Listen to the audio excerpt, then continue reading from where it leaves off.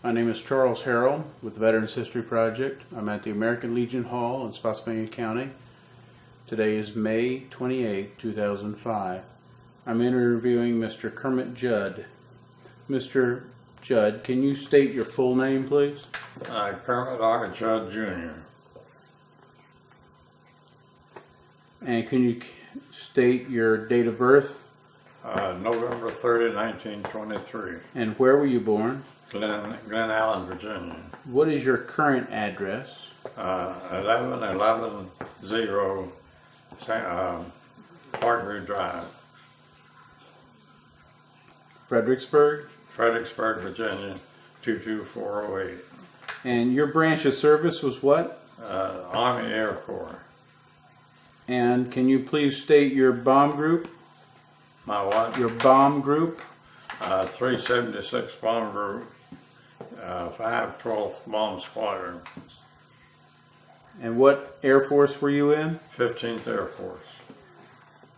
And you were also in 12th Air Force for a while? In Africa, yes, before the group I was assigned to were put in the 15th Air Force. Can you tell me your highest rank?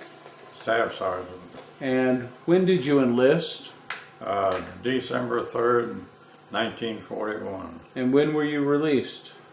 August 21st, 1945. And what war did you serve in? What war? Well, it was Europe, African, I think, was the one they called the Europe African campaign. World War II. World War II. Mr. Judd, can you remember your days when the Great Depression first started? Can I remember what? The Great Depression. Great Special? The Great Depression. Oh, yeah, I remember. I was born in 1923, and I guess that included actually the Depression was 1929 or 30 through 45, I guess, the worst place to the... I remember it very much. What happened to your family? My mother left my father, and we moved over to Washington from Alexandria. And he followed her over there, so she went up in the mountains where her folks were from. Did they not get along or something? No. Did they get divorced? Yes. What were their names? My mother was Pammy H. Haldeman Judd, and she later remarried to Edward Middleton. My father was Kermit R. Judd Jr. Sr., and he married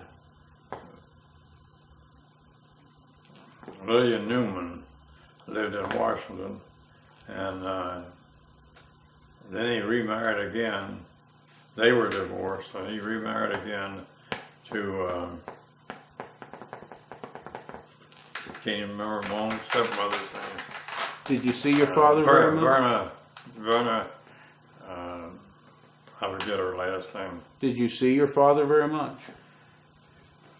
He moved from the Alexandria area down to Louisa County in about 1960. Then later he sold that farm and moved over to Stafford County, and he died over there in 1982. During the Great Depression, were your mother and father still together? Up until 1938, which was right in the middle of it. He worked for the railroad prior to what I call the Depression, and then they recalled the old workers first before they hired anybody new, and he came back on regular status. And in between that period, he worked as a grave digger, as a sheet metal mechanic, as an insurance man. I think he continued working on through, but It was a tough period then. Did he take any government jobs with the New Deal? Did he? No. How about you? He stayed with the radio, with the railroad. How about you when you got in your teenage years? He was in the railroad about 35 years.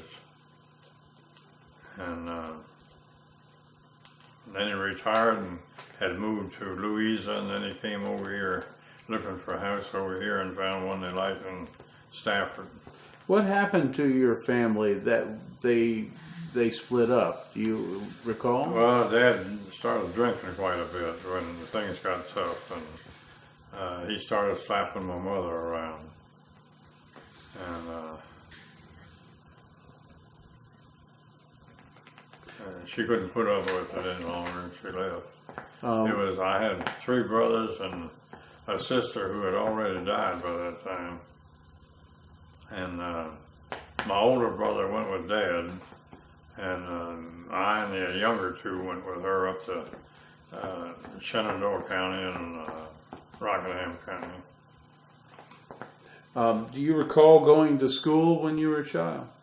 Yes, I started school in Alexandria, Robert E. Lee School, and I started in the high school there, in George Washington High School, and then my mother went over to Washington and took me with her.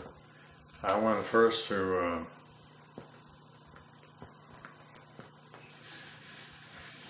I knew the name last night, but anyway, they put me in junior high school there, and they found that I'd already covered that stuff in Virginia the year before. So they put me up to first year high school there. I started first year here, but they were a grade behind. And I went to Central High School. They now call it Cardosa. Were you a good student, or was it tough? I didn't really apply myself a lot. Stuff came easy to me in school. I had trouble in about the 5th grade on math, and the math teacher asked my mother if I could stay after school for extra help, and from then on math became easy for me. And I missed 1 grade through the traveling around, and caught it back up at Bergton, Virginia, and that was a two-year school. Well, actually, it was from the 1st grade through the 2nd year high school. So it was a real mountain school. And when I graduated there, I went over to Broadway High School in Rockingham County, and I left there and went into service in 1941. Can you tell me about anybody in your schools that you looked up to as figures in your life? I wasn't really at any school long enough for that to happen to me. I had a principal at that Bergton school who was real friendly, and his wife taught there too.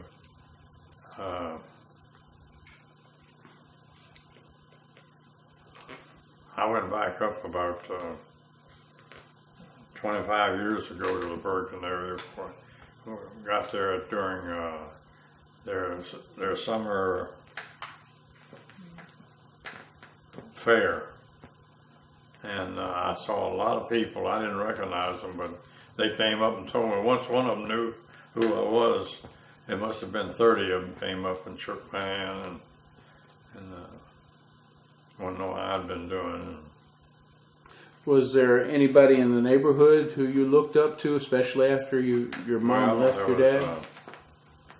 There was a man named Russell Wetzel, that ran a small store up there, and he had sawmills and stores other places too. And I really looked up to him, and his son and I went to school together, Franklin Wetzel. And Franklin had a cousin named Glenn Wetzel, who was Russell's brother. His father was Russell's brother.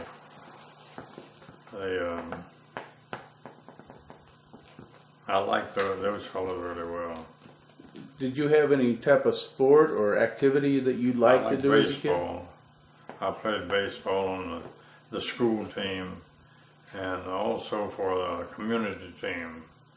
And they had fellas that was 30 years old there, and I was, I think, about 16 then. And we'd go around to different places playing CCC camps and Matthias, West Virginia, and Moorfield, West Virginia. And I lived right up near the border between Virginia and West Virginia. And of course, about half the time, we'd have to fight our way out of the town going home, if we beat them particularly. So. What was the name of the team? Did it have a name? No, just Moorfield, and the CCCs had a name, the number of their unit up there. And Matthias had a team. They just called it Matthias. It was just sandlot ball. You never got a chance to join or choose to join the CCC? Beg your pardon? Did you join the CCC? No, I didn't, no. There was a man who lived next door to us down the road that was a foreman on the CCCs and took care of their medical needs. And but other than that, I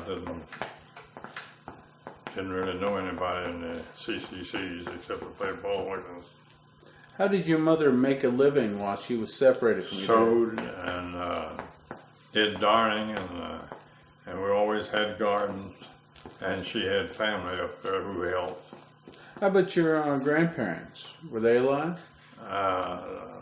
My grandfather up there was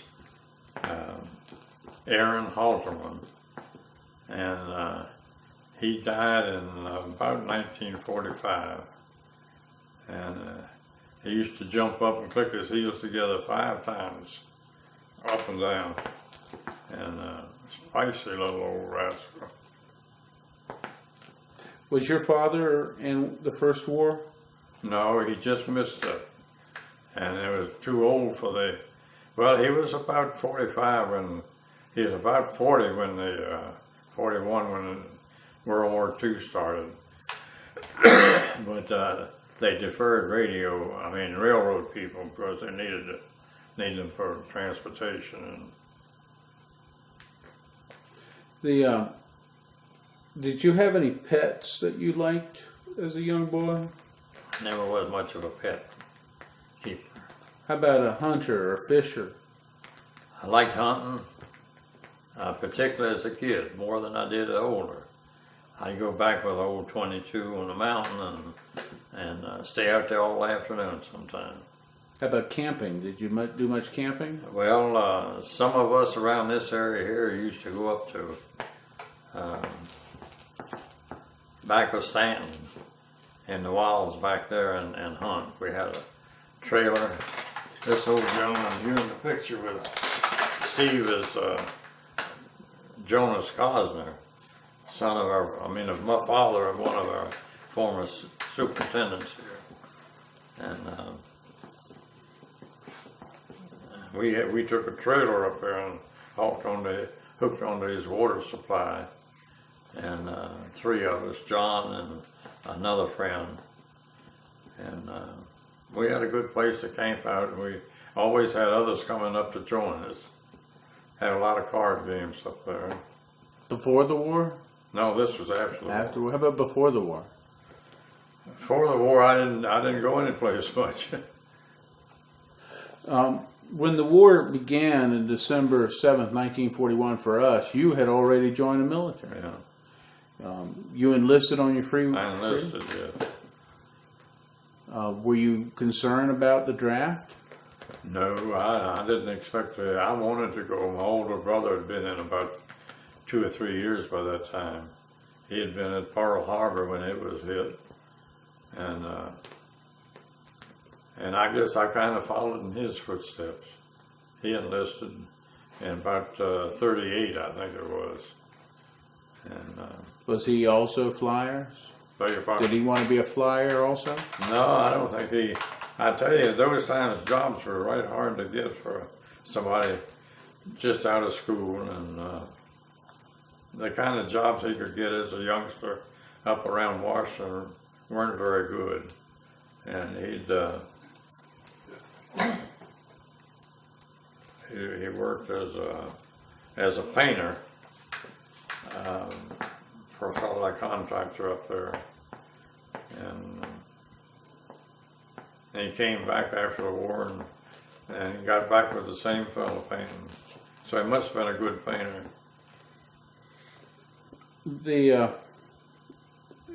Did you graduate from high school? I got out still needing another year and a half, but I got a GED over in Baltimore test, and I also put in about a year with an extension course from University of Baltimore of Maryland. That was after the war, right? Yes. When should you have graduated high school? I would have graduated in 42, I think. But you went into the Army instead. 42 or 3, maybe 43. You went in the Army before you were 18? Where were you when the news of the Pearl Harbor attack came? I was in, I think it was called Camp Lee then, not Fort Lee, in down below Petersburg. Laying on my bunk, thinking I was going to get a furlough, go home in my nice new uniform. I was happy to be in the Army. How was that first day in boot camp for you? You were rushed like it. Hurry up here and hurry up there, and that's about all I remember about the first days. Of course, we took more shots, and seemed like you always had to put your arm out for a shot. When you joined the military before Pearl Harbor, you had no clue we were going to go to war. I beg your pardon. Did you have any clue that we were going to go to war? Well, it seemed pretty evident to me that all the news was about war, and there was a lot of pressure on the U.S. to get in the war, and I was sure we were going to get it in, and I thought I'd do it a little early. I didn't know they were going to go to war that early, that quick. When you joined the Air Force, what did you want to do in the Air Corps? Anything. I wanted to fly. I wanted to go to pilot school, but I knew I didn't have enough education for that. So I applied for gunnery school, aerial gunnery school. Were you able to come through boot camp well enough? Were you strong enough? Yeah, I was small, but I was 5'7", I think, at that time, and weighed about 137. And I was pretty agile. How was the food in boot camp? Well, back in the Depression, there weren't an awful lot of difference in what you were going to eat all week long. And what they had, I loved every bit of it, even Spam. I like Spam. Was your mother a good cook? Excellent, beautiful cook. So when you went in the Army, the food was well, the okay? Army was, it wasn't cooked like my mother would cook it, but they had so many different things. We'd have wild game and garden vegetables, and didn't have much of seafood and stuff like that. But during boot camp, did you see anything that was humorous that happened? well, I don't remember too much humorous.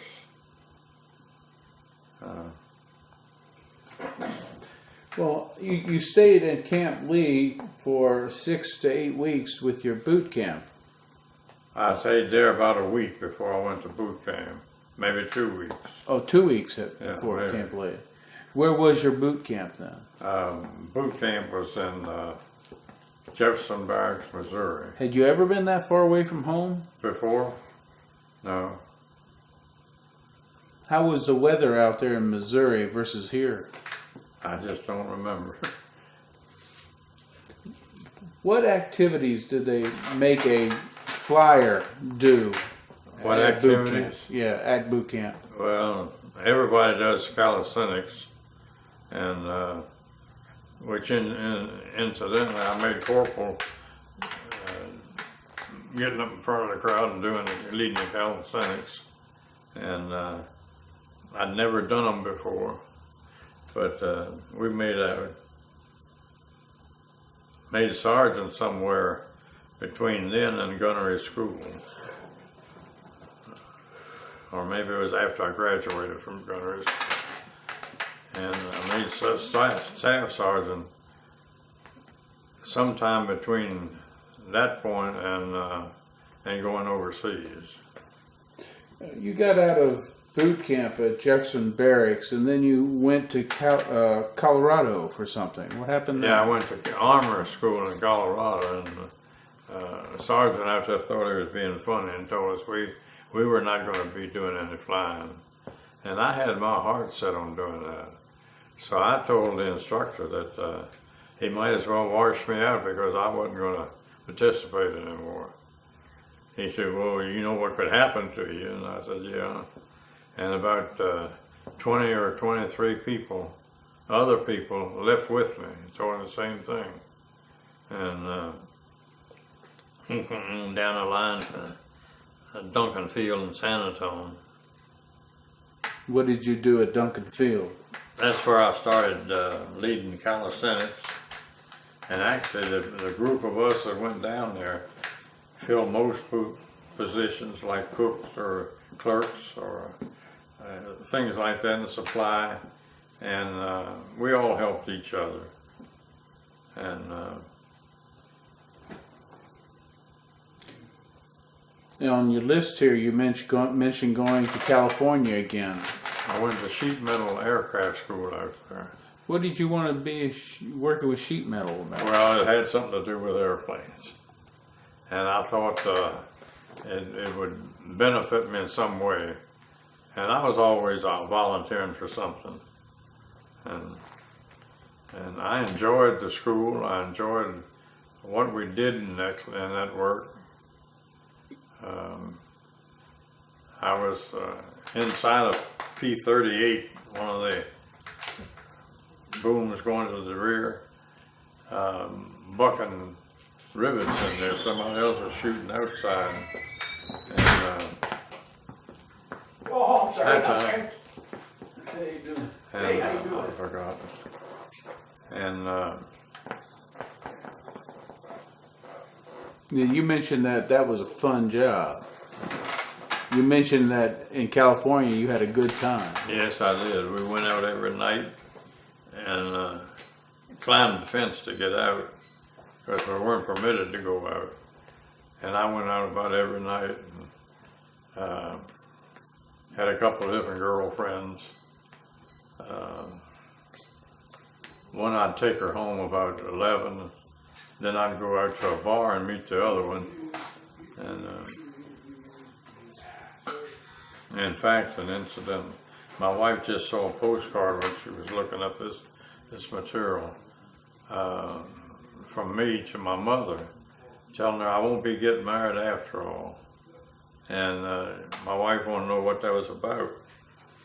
And I told her I was dating this girl. And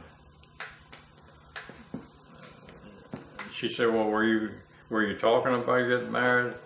I said, well, you know, you kind of don't come right out and say it. I'd tell them I'd talk about it later, you know. I didn't want to get married. But every place I went, I had a girl that wanted to get married. Had you been very socially active as a kid? Yeah, well, as much as you could. We used to have 3-act plays up here in the mountain in that school. And on one trip, A fellow lived down below me, came up riding the back of a pickup truck with 3 other fellows, and he cussed me, and I said, "I'll see you later." And so when I got up to the school, there he and his 3 friends were, and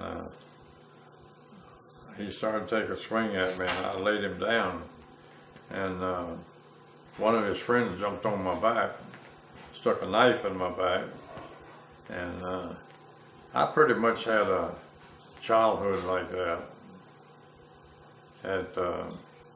The doctor said if the knife had gone straight in, it would have hit my spine, but this went in at an angle and missed the spine. And it so happened my older brother was home then, and he met the fellow down at the store down the road, and worked on him a while. He said he had to crawl home because he beat him up around the eyes and he couldn't see. But you had a good time in California at the sheet metal place. yes, I did. When we could afford it, we went to large nightclubs where they had parties, shows, and when we couldn't, we'd hit a bar someplace. And this one girl had called my house not long ago, about 3 years ago, said she was recently widowed and wondered what I was doing. And she wanted me to call her, and I didn't do it. I'd have had a lot of trouble at home if I had. But you knew her back in 1942. Yeah. Well, you mentioned that you later went to Harrington, Texas. So what did you do there? I later went there from my second trip to Denver. And we were going there to get outfitted to go overseas. And it was rumored we were going to Alaska. But the plane crashed on the way to Harrington. And I just can't remember what happened to the rest of them or even what their names were. Had you trained with them for 6 weeks or something? I joined them at Davis-Monthan Airfield in Tucson, and we became a crew, and we did all of our air-to-air and air-to-ground training as a crew. Why did you, what position did you fly in the airplane? Basically, I was a ball turret gunner. But after I got shot down, after my crew was shot down, I just flew with anybody that needed somebody. In Italy, in 1943, no, it must have been December 28th of 1943, my whole squadron got shot down. Now, we'll come to that in a moment. Okay. What I wanted to talk about is you mentioned your airplane crashed at Harrington, Kansas, and you survived. Beg your pardon? You survived there? Yes, didn't have no injury at all. No, but everybody else died? I don't know what happened to them. Some of them were put in hospitals. I think some of them were killed, but I just don't know. They took me on to where we were going to Harrington, and put me in the hospital there for a couple of weeks for observation. Can you recall what happened to the airplane to make it crash? I don't have any idea at all. Something happened with the motors, but I don't know what. Was it at the beginning of the flight or in the middle of the flight? About halfway through. Kansas runs up to Colorado, and Casper was on the other side north of that. And but you can't recall what went wrong or what was said? No, it's very fuzzy in fact, I couldn't remember what took place before it for some time, maybe a month, And But you were placed in a hospital for a while. I know I was informed what happened. No, I didn't stay in the hospital but a couple of weeks. Then I went on, I was put into a pool. If anybody needed my, what do they call that? Anyway, my spec numbers. I was there waiting for them. They took me over to Indianapolis in Indiana and put me on a civilian airline to go to West Palm Beach, Florida. And there was no crew waiting there for me either, but they were sending me on. I went to Belize, Belize in Central America. And from there they took me across the Atlantic to Ascension Island, from there to Dakar, and from there to, I just a little fuzzy on those names. At Benghazi? I only stopped like one or 2 days. But you finally ended up at Benghazi, right? And where? Benghazi, Libya? Benghazi, yes.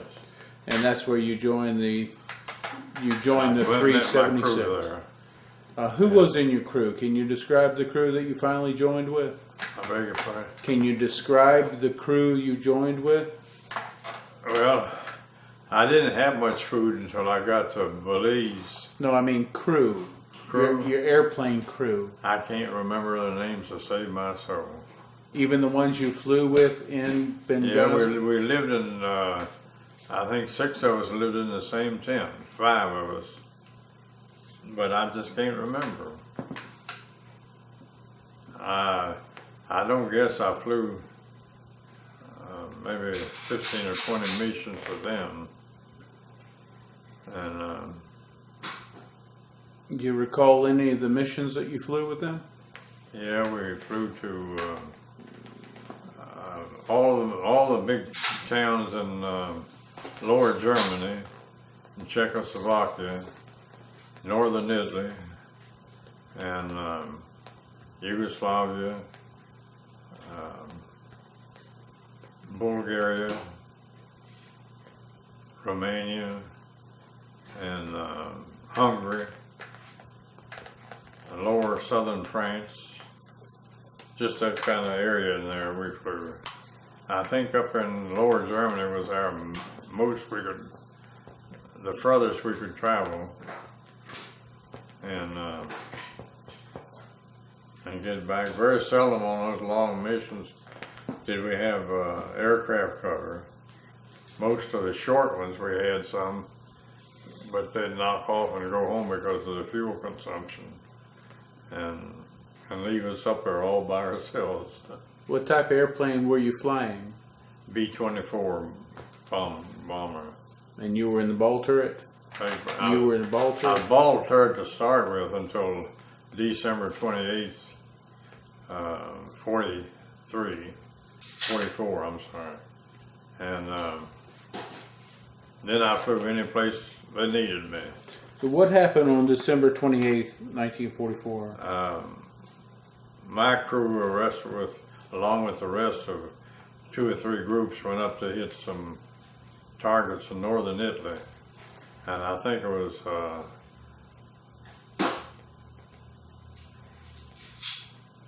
I'm not sure what town it was, man. But those mountains were covered with tunnels and bridges, for transportation. And we were going to hit one of those bridges, and they got up there. I had diarrhea that day and didn't go with them. And the rest of them went up and none of them came back.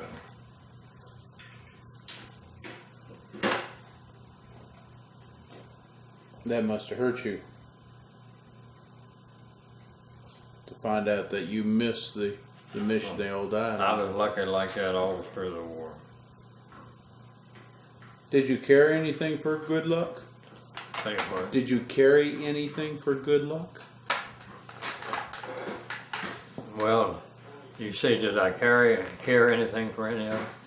But yeah, that's what bothered me a lot for a while. That everybody I came in contact was getting killed, and I just didn't make friends after that. After I came to that realization, even in POW camp, there was just a few of them that I made friends with, or I got familiar with.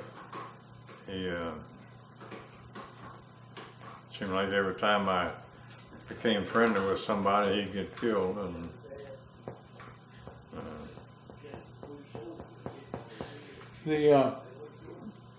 The flight on December 28th, 44 lost your entire crew. I'm sorry. That flight on December 28th, 44. December 28th. That bothered me a lot that I didn't go with them, but I was happy not to have been shot down up there. What did you do after that time? They put me on MP duty in a little town near San Pancrazio called Manduria. And I was MP duty, a sergeant, and for that little town for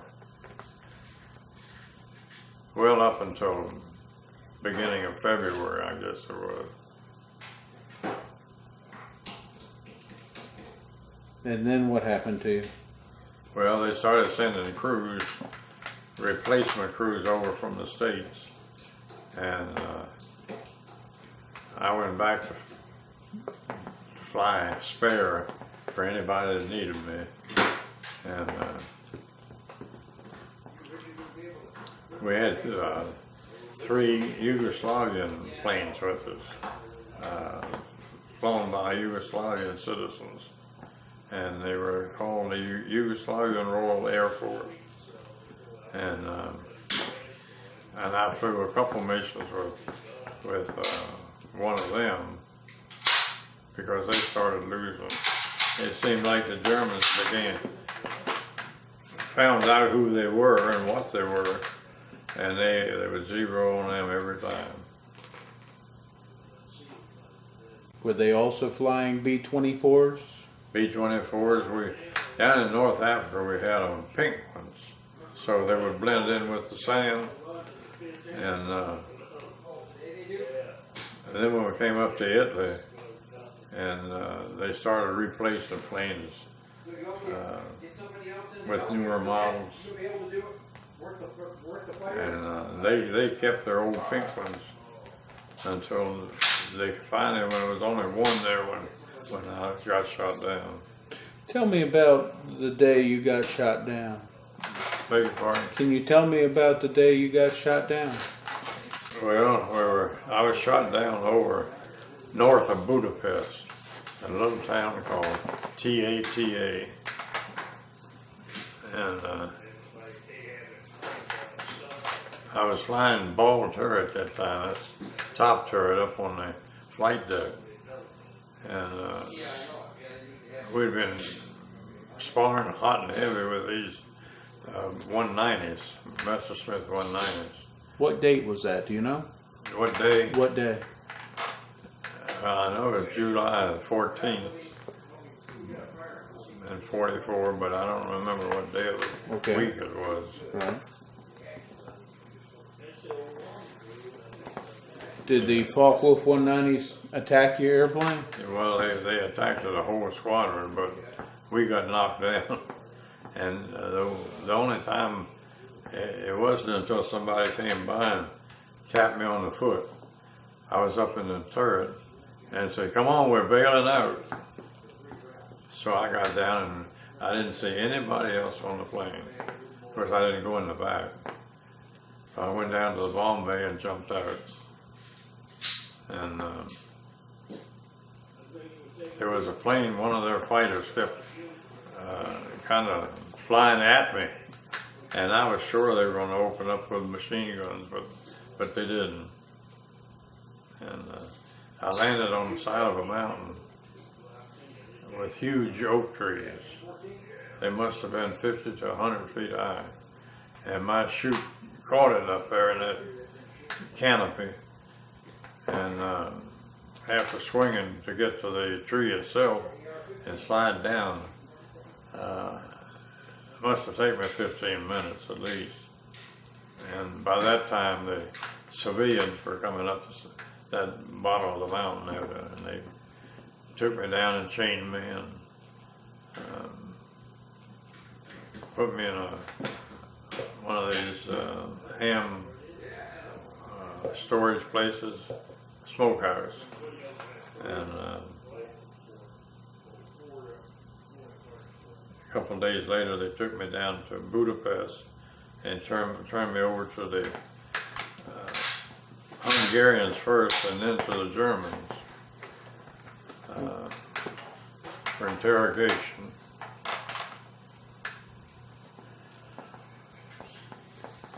Did you have hopes that maybe they'd take care of you? Were they going to take care of you, the people who got you, or were they German? Well, I had a little shrapnel in this leg here, and they took as many pieces out as they could, and bandaged it up, and after the Germans did their week or two of interrogations, they put us on a 48 boxcar, which is how they transported prisoners. The boxcar held 8 horses or 40 men, and we went on up through Vienna, a place called Krakow in Poland, and then up to what was called East Prussia. And in East Prussia, I can't think of the name of the railroad station where they unloaded us, but we had to run about 2 miles to get to the POW camp. Do you remember the name of the POW camp? What's the name of the POW camp? It was Stalag 4.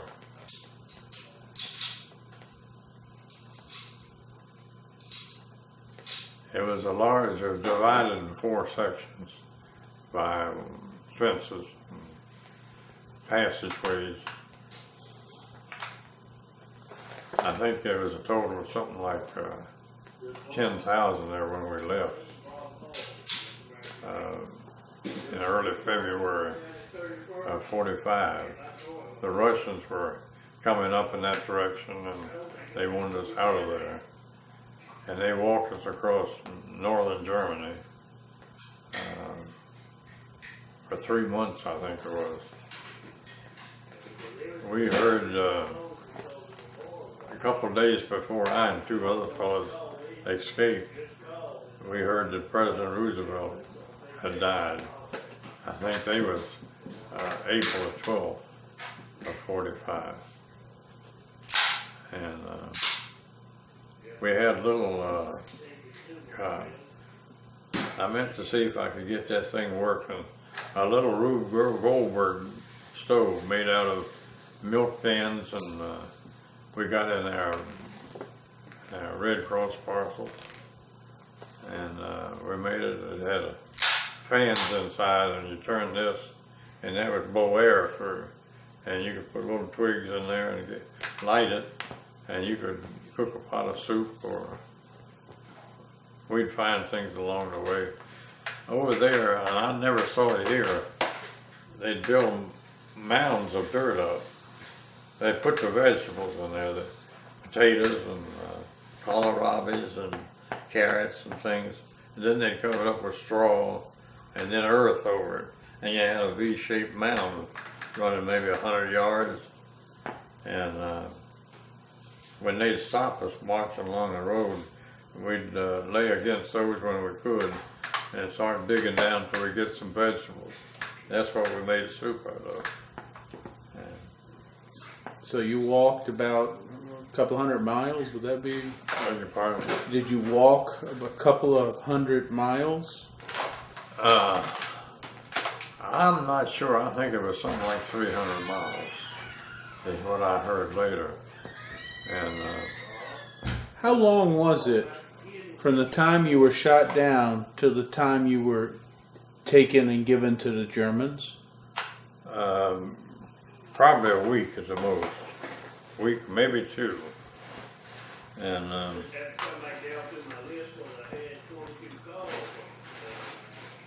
probably a week or two. What happened during that week? Were you confined the entire time? Yes, it was.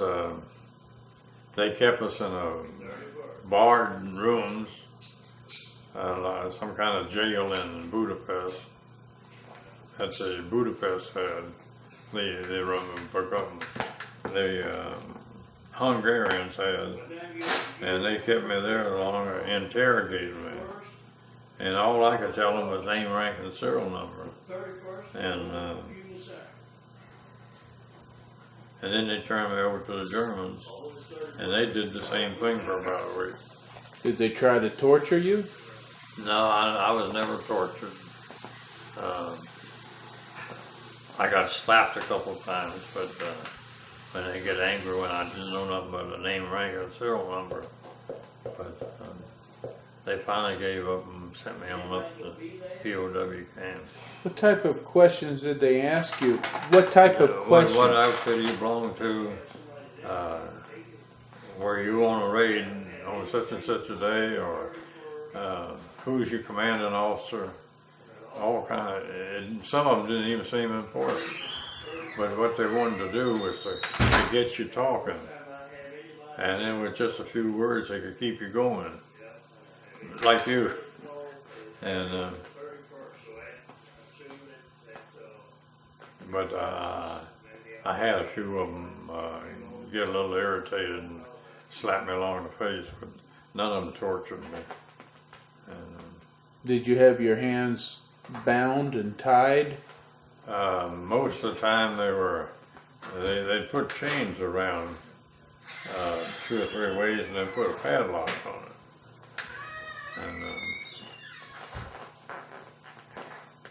And did you see any of the bombs that you dropped out of your airplanes? Did you see the destruction? no, it was then we were hitting the railroad depot there in Budapest, and I apparently didn't get anywhere along that line because I didn't see anything. I'd seen some buildings that were in bad shape and right dilapidated, but it wasn't anything from which my squadron did, I don't think. When you were flying missions, could you actually see the bombs hitting? No, I could see the explosion blow up like that. It looked like a lot of dust, but you could see them. You couldn't see them going all the way down, but you could see what they did when they got there. Did you ever get into any other accidents besides the one at Harrington, Kansas? Yeah, I was knocked down over Yugoslavia. Fighter planes hit us there.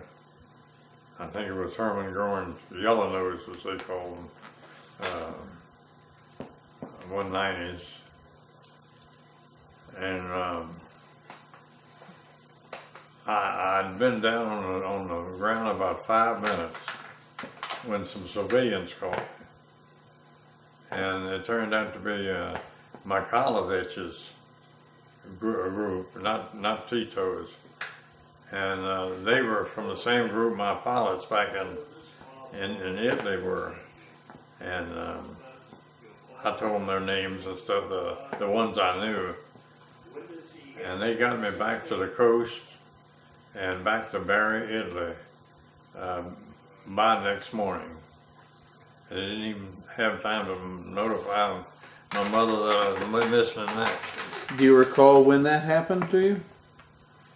Do I recall where? When? No, I think it was before Christmas. Sometime between Thanksgiving and Christmas. 43? 1943? 1944. I'm sorry, 43, yeah.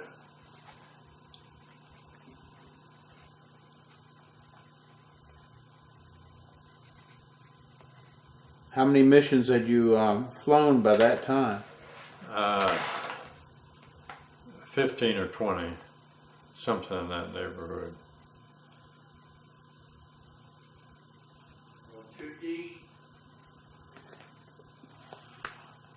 Your crew that was shot down after Christmas 1943 on their raid to northern Italy, Yeah. were they with you when you got shot down at Yugoslavia? No.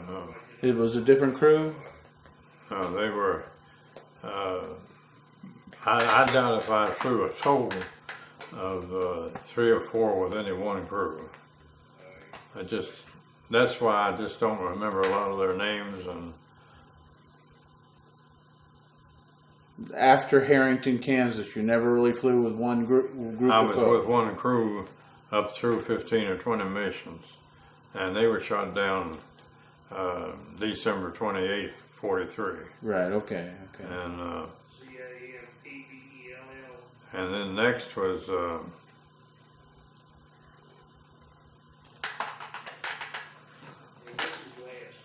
we went up, the crew I was flying with that day were they're called turnoffs or spare parts, or there were 3 or 4 turnovers. And we went up, took off and circled the field up there, waiting for the rest of the planes to come up. And one of our engines went out, and they feathered, and thought that, well, maybe we can go on with that. But then another engine failed on pressure rising, and they said they'd better abort the flight, and we're coming back to land. Was in line with the landing field, but probably a quarter of a mile short, and another engine went out, and we crashed into grapevines. They had built that field right in the middle of a huge grape orchard.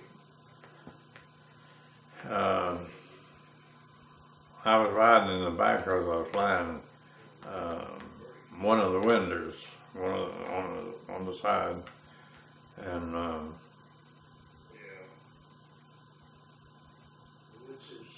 I'd gotten all of them to sit down with their backs against the bulkhead, because that's where you want to.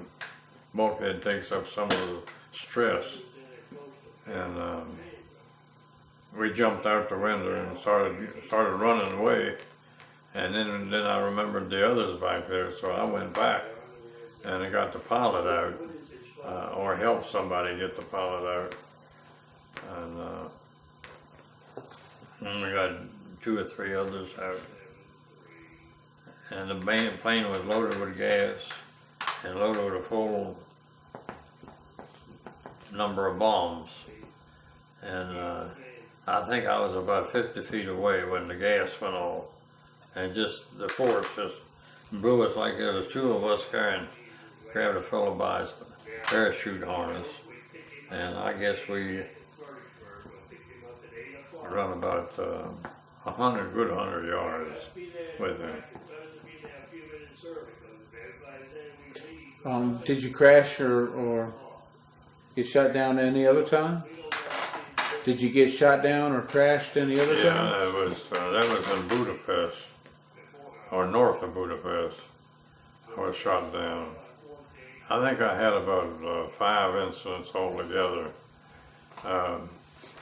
Before that, though, I was going to a mission in Romania. I think we were going to the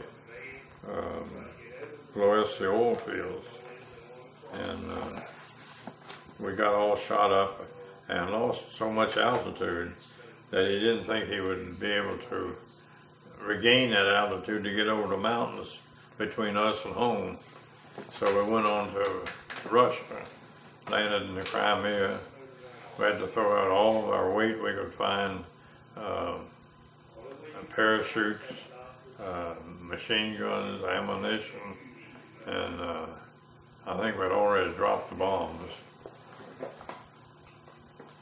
But everything of any weight we could get rid of, we got rid of it. Landed in Russia, in the Crimea, and they wired back or corresponded with the base, and they sent the parts we needed to repair the plane. And we stayed there about 2 weeks,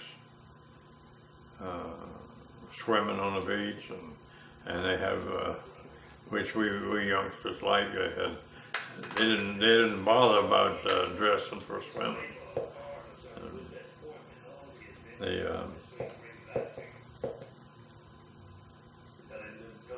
In about 2 weeks, maybe 3 weeks, we came back home through Tehran, Iran, and through Cairo, Egypt, and back up to Italy.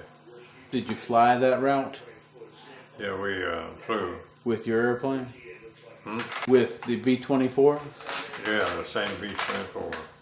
Who repaired the airplane in the Crimea?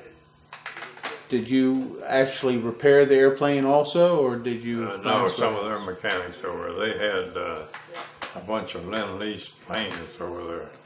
Had P-38s and I think P-47s and some other fighter planes that we'd sent over there Lend-Lease. While you were in the prison camp, did they make you do any work? No, they didn't make non-contour. I don't think they could according to the Geneva Convention.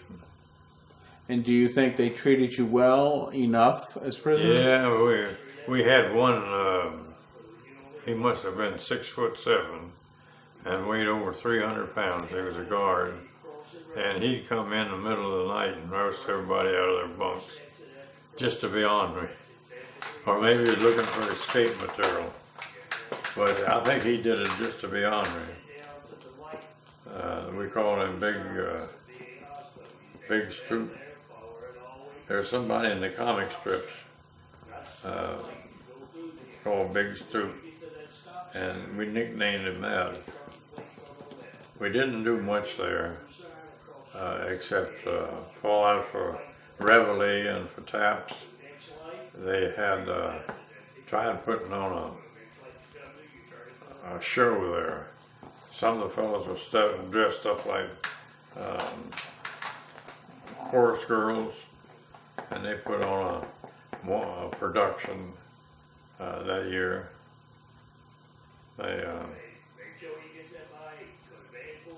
There wasn't much to do there. I learned to play chess there somewhat, and cards.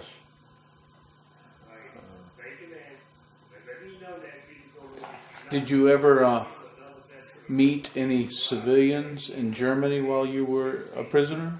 No, I tell you, some of the people even learned German from some of them, but I didn't want anything to do with them. I just kept a low profile as much as I could, and I figured that was the best thing for me to do.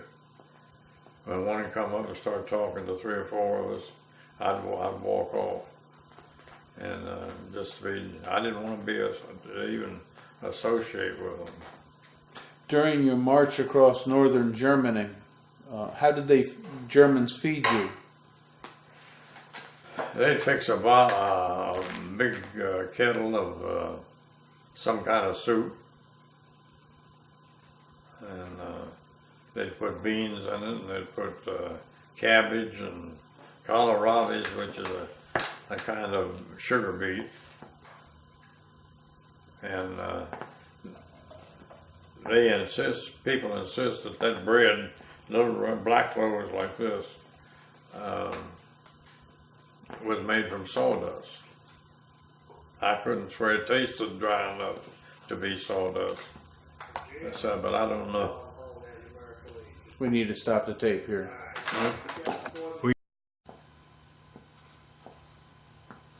It seemed as you had real bad luck, getting shot down, having crashes, losing friends, getting captured, and then being marched from one camp to another, that long, long march.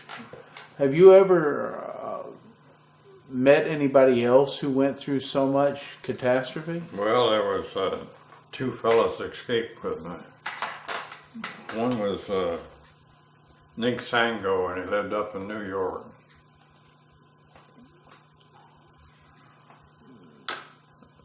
I don't remember the town. And the other was Jack Landy, who lived in St. Paul, Minnesota. And I went up one time to Detroit and came back to try to see Nick Sango, which I did. And he told me he went through St. Paul one time and located Jack Landy, but he didn't want it. Said he didn't seem to want to talk at all about it. And so, and since then, Nick Sango has died, and I don't know what happened to Jack Landy. Can you tell me the story of your escape? Well, there was, we had these little Rube Goldberg stoves, which were copied by nearly everybody could find the material. And of course you could heat water up and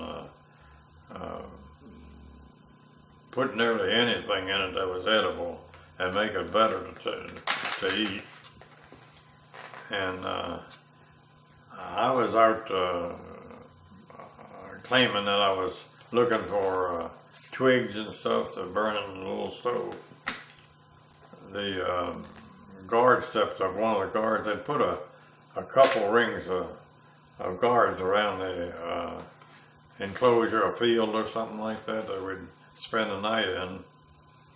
And this one caught me, and I had a knife made out of these metal, old-timey metal barrel rings. I scratched and kept on until I broke a piece off, and I sharpened that part. It must have been every time I had a chance, I'd pull it out and sharpen it. And it had a good point on it. And the scar then saw the second one of us coming out. And when he put his gun up, I stuck a knife in his neck. And that bothered me so much that I didn't want to talk about it for years. In fact, I didn't.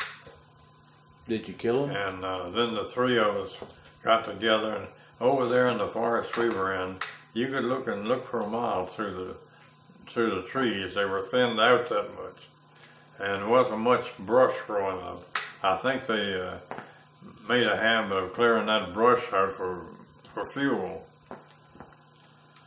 And we found a little low spot. It's usually just as flat as can be. And we found a little low spot and got down. We thought we'd be hidden there. And they took off next day and turned and went back towards Berlin, which is why we left. We heard they were taking us back to Berlin, and they were going to kill us there.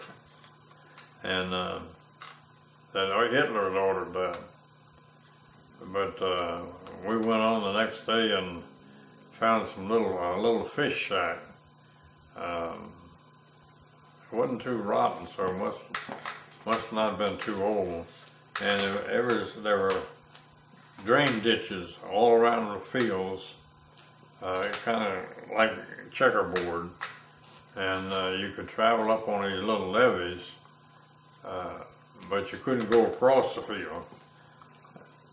We stayed there the first night, and the next day we saw all these troops coming along these levees, not close to us, but they were retreating. We found out later the British Tank Corps had a shootout up that direction west, and that these were all retreating. These soldiers were all retreating. And we stayed in that little shack, and we kept an awful close watch. And that night, after it was good and dark, I stepped outside to see if I could hear anything. And I heard something. There was a little tinkling like chains or metal. And I couldn't figure out what it was, but I figured it was some Germans around there someplace. So I told them to stay in the hut.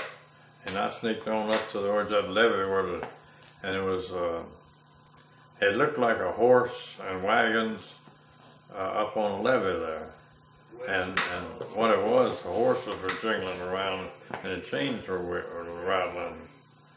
So I went up there and saw what it was. There wasn't no Germans there. And I grabbed one of those machine guns that left in there, one of those rapid fire things, and went back and got the others. We didn't think too much about the horses. They'd been standing there all night and part of the day before. We didn't even water them, and there was a creek there. But we went on to the next night, that morning, next town.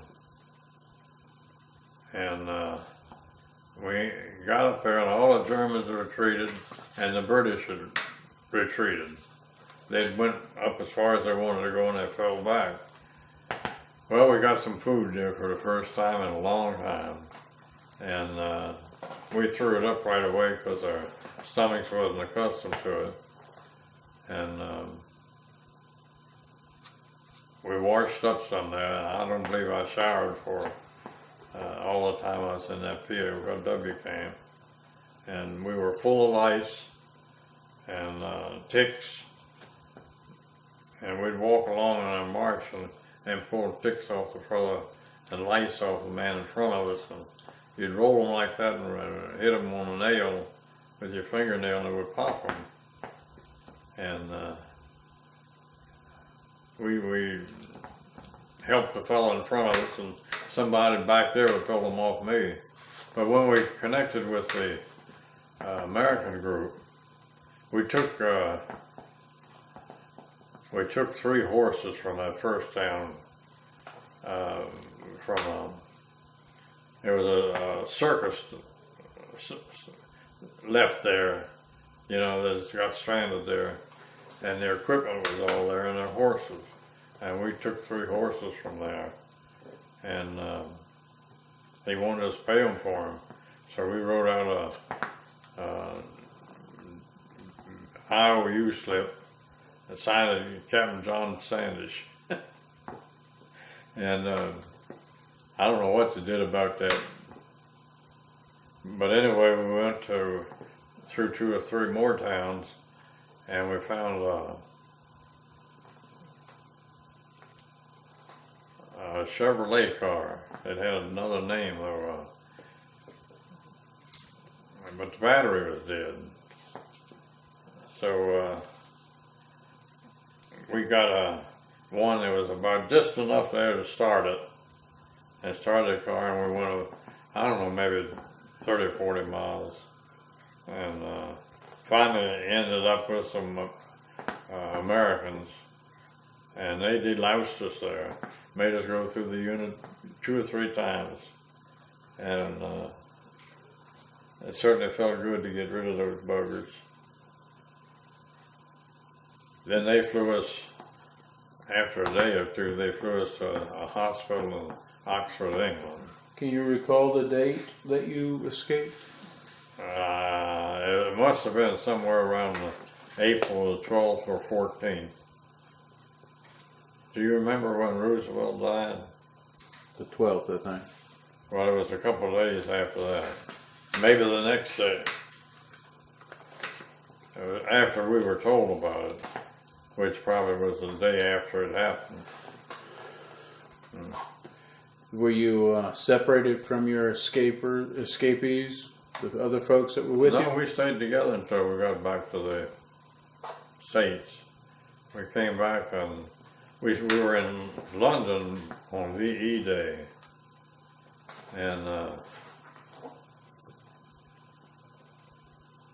I met a nice girl there too, a Scottish girl. Scots, she told me. And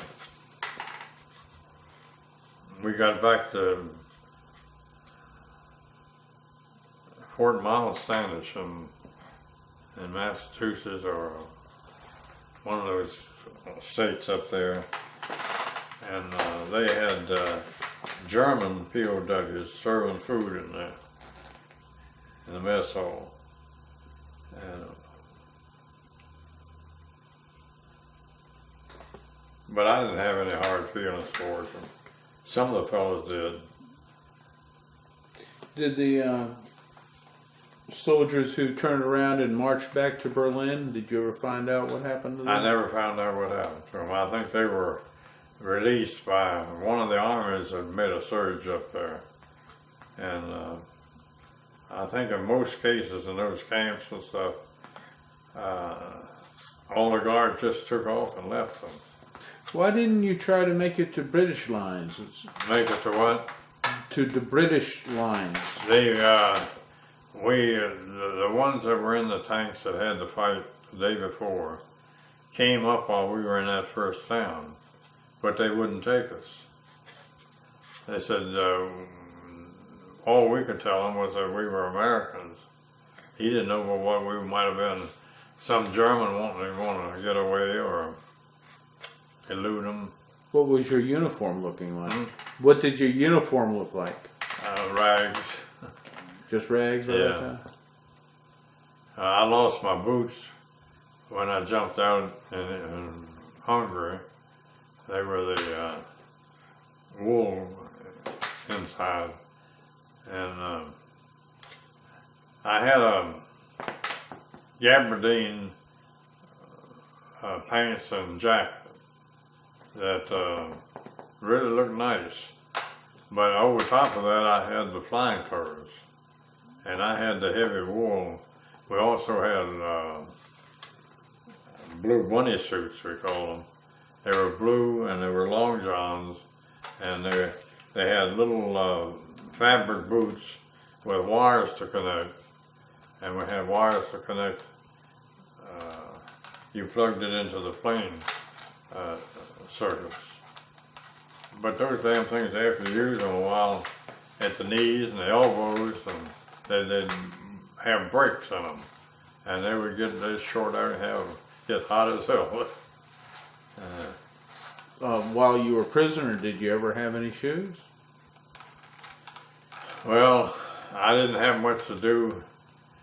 I did a lot of, when I could get a Red Cross parcel, we'd have to divide it for maybe 4 or 5 men, divide one package, and I'd try to get some grape jelly or something like that out of it. And the British liked orange marmalade. So we had, I don't know, maybe 100 in our section, British vets. And I'd go over with my grape jelly and trade it for marmalade. Trade marmalade here for grape jelly over there, and then come back here and trade it for marmalade. And I ran a little business that way and was able to keep a little more weight on.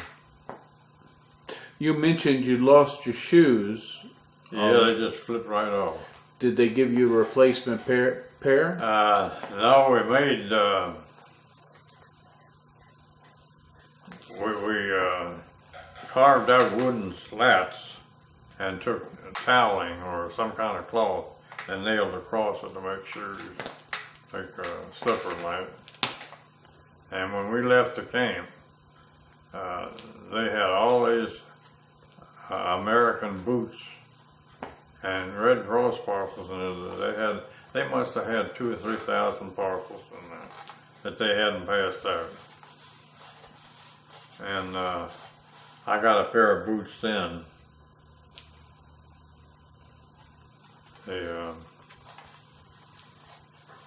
Did you dislike the commander of that Stalag?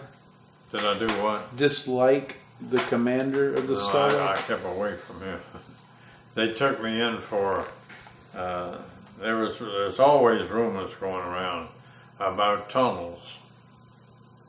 And there was some in the camp, but I didn't have anything to do with them. And I didn't know anything about them.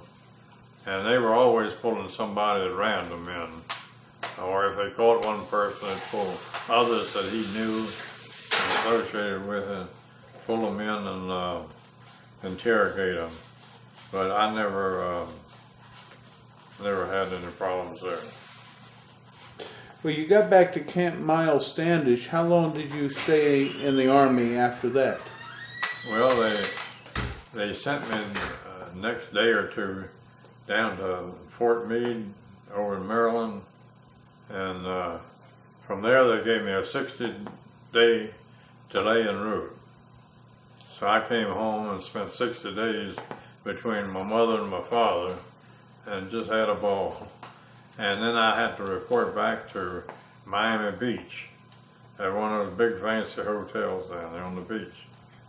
And I was there about 30 days.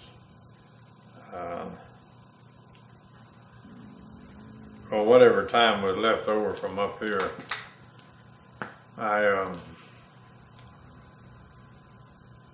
then they shipped us up to Fort Bragg, North Carolina, and went all through discharge procedures, and I think they gave me 100 or maybe it was 300 expense money or bonus money or something. They asked me if I wanted to stay in, said they'd give me a rise in grade and rank, but I told them no, I just want to get out. So they discharged you. Yep, they. And you mentioned you discharged on April 21st, in August 21st, 1945.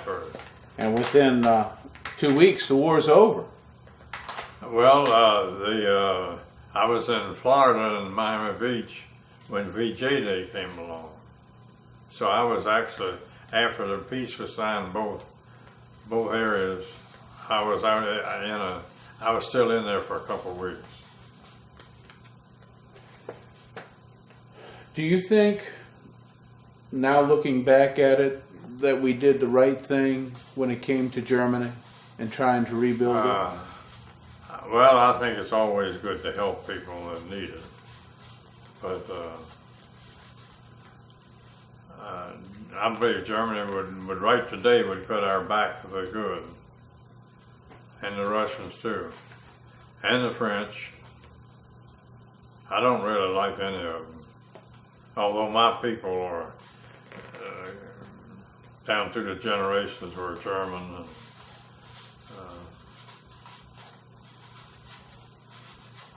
when you got out of the Army, did you use the GI Bill for education? no, I took a correspondence course, and God, I can't even remember what that was. And you couldn't get many. There was jobs around, but they were like gas station attendants and low-paying jobs in a lot of factories. I got a job with a gas station,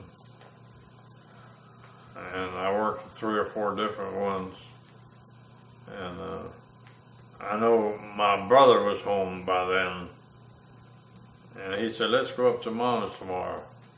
I'd say, "Okay," and let the job go because there wasn't much of a job anyway. I worked in Wonder Bread cookie factory up in Washington, and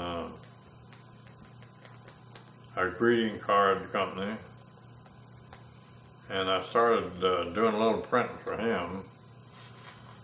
He bought an old hand feed press with lead type, and we'd imprint greeting cards.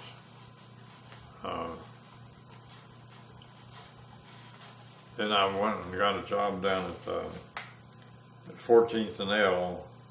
I can't remember what the name of the company is now. Bat Bates Incorporated, I think. And I worked on some of the multilith machines and multigraph machines.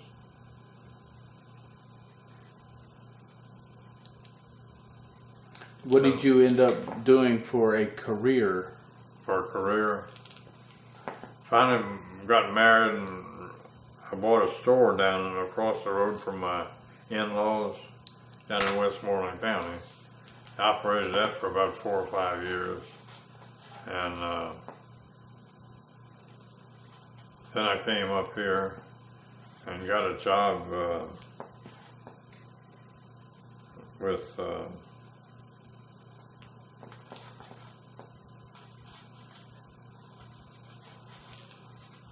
a printing company. I can't remember the name now. And in 1960 or 61, one of the other fellows working at that greeting card company, which we did the printing, we both quit when the man that owned the place sold it to a fellow from New York. And he came down here and ran it about half a year.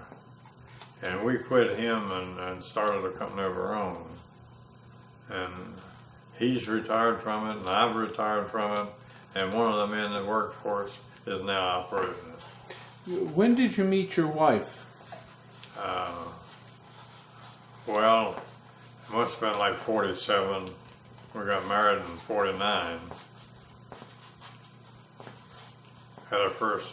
Got married January the 9th, 49, and our first son was born in November the 10th in 45.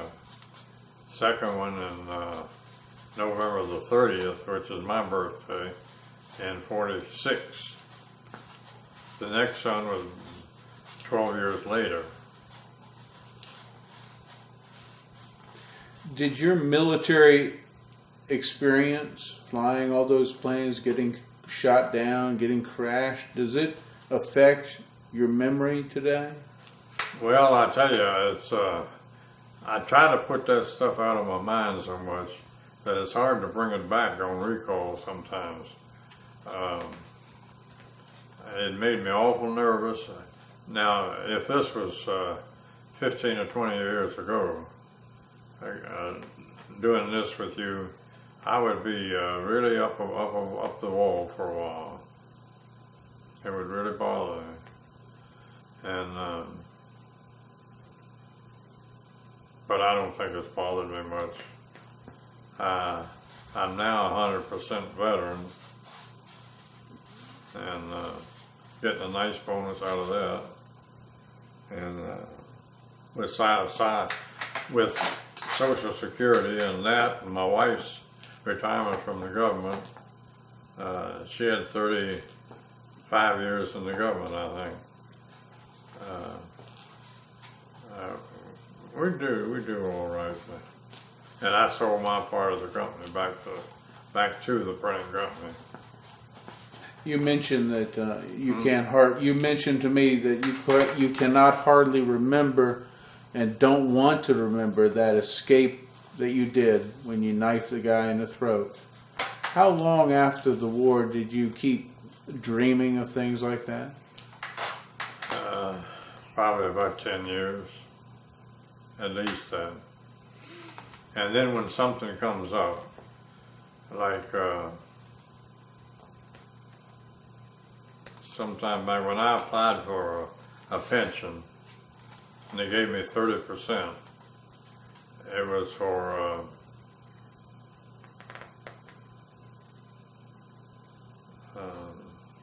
DS something or other. I didn't talk about it. I didn't want to talk about it because I'd always kind of recall a lot of that stuff, and it was hard on me. Have you ever attended a reunion? I did one time in Dayton, Ohio, and they had a plane I'd flown on out there, Strawberry Bitch, and when they let me climb up in the plane and look around. What are some of the other names of the planes that you flew, if you can remember? Well, there was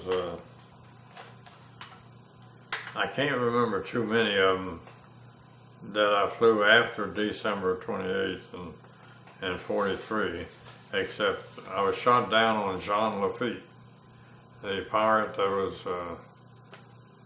housed down in New Orleans area. Was that in Yugoslavia? No. Beg your pardon? Were you shot down on the Jean Lafitte in Lugos? No, not just John Lafitte. It was another plane, I can't even remember what it was. But you were shot down in Jean Lafitte when you got captured? Yes.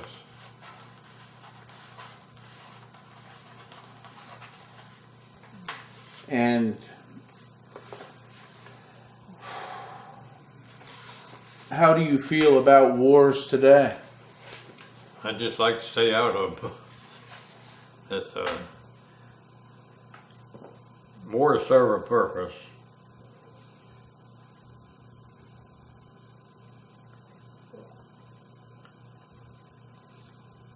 Now, if I was young enough, I'd probably go down and volunteer. But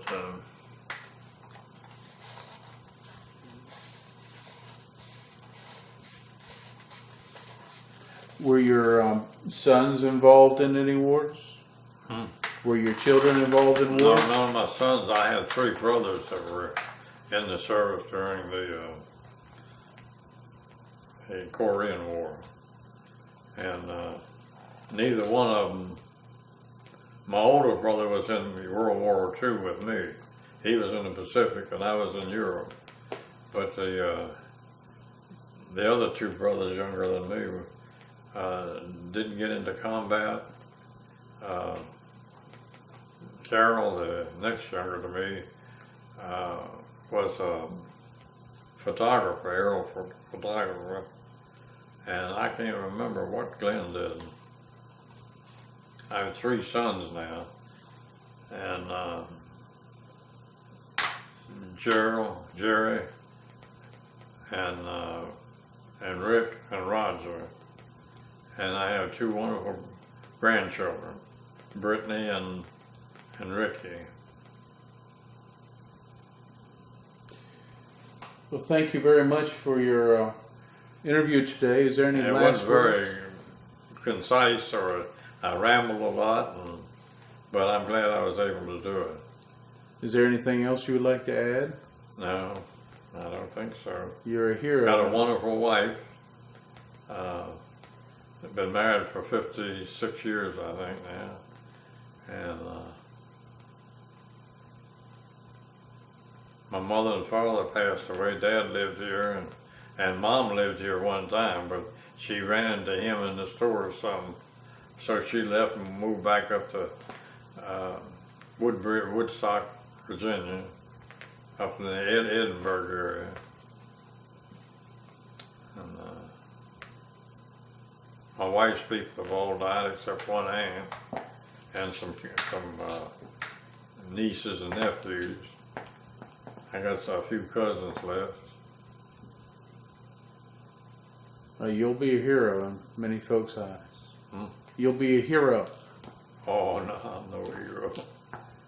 But I tell you, one reason I didn't talk a lot about my war experiences was because there's so many of these fellas that were in the service that didn't see combat. And that don't make me any better than they were, that I did. But I just don't want to hurt feelings. John puts down what he did in the service, but I think it's because he don't want anybody to think that he did something they didn't do. And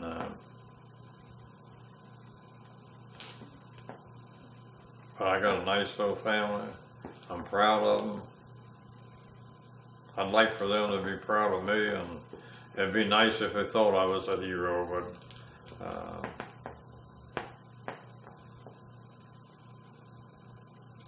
and I couldn't say enough about my 2 grandchildren. Thank you, sir.